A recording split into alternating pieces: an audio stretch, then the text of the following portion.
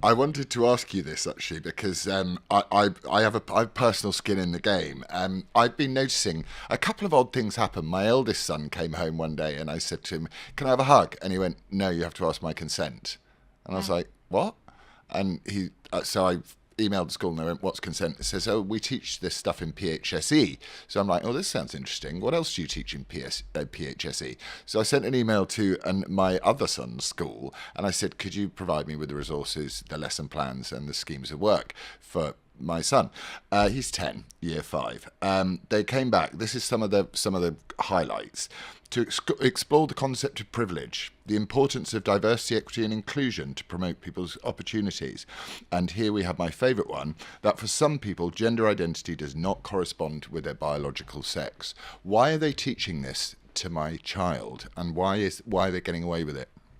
Well, that's a really good question. I think the reason they're teaching it is because we have a lot of young teachers who've been going through the university system over the last 10 years, and they're now deciding their curriculum. And I think often with mediocrity and maybe teachers that don't have the passion for teaching, there is a dual purpose, which is to indoctrinate children into whatever it is that they think is the reason of the day. And at the moment, it seems to be transgenderism and privilege. And I think there is nothing more privileged than a bunch of privileged people talking about privilege. I'm sure those sort of discussions don't go on in lesser, more mortgage hungry households, to be honest. So I think it's just it's just people trying to make a name. It's competitive niceness and kindness.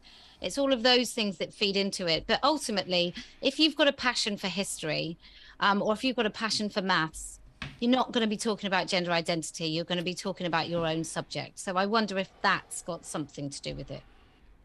Do you think there's an interaction between this idea of privilege, and you alluded to it there in terms of less well-off people and their children in school, this concept of privilege, which we become obsessed with, this white privilege idea, that one of the ways that white people can get into the oppression Olympics is via the gender ideology, via saying, well, actually, I'm a girl, so I'm now, or a boy, and I'm now part of the grievance Olympics as well. Do you think they're linked in any way? Well, yeah, I do, because with privilege or lack of privilege apparently comes power, which is like a bit of an oxymoron of an idea.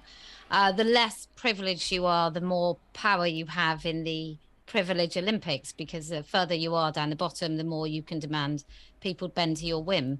And it's really frightening because none of this is tangible or real.